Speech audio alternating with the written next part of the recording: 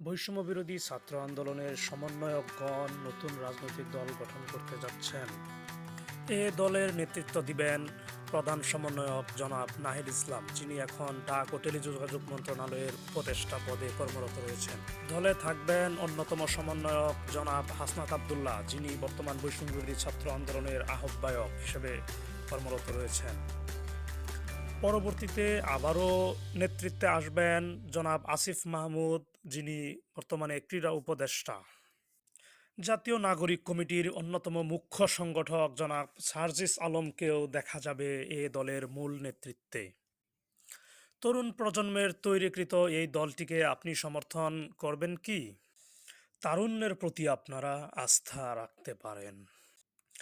আসন্ন এই নতুন দলটি সম্পর্কে আপনাদের মূল্যবান মতামত জানিয়ে দিন কমেন্ট বক্সে, শেয়ার এবং সাবস্ক্রাইব করে পাশেই থাকুন।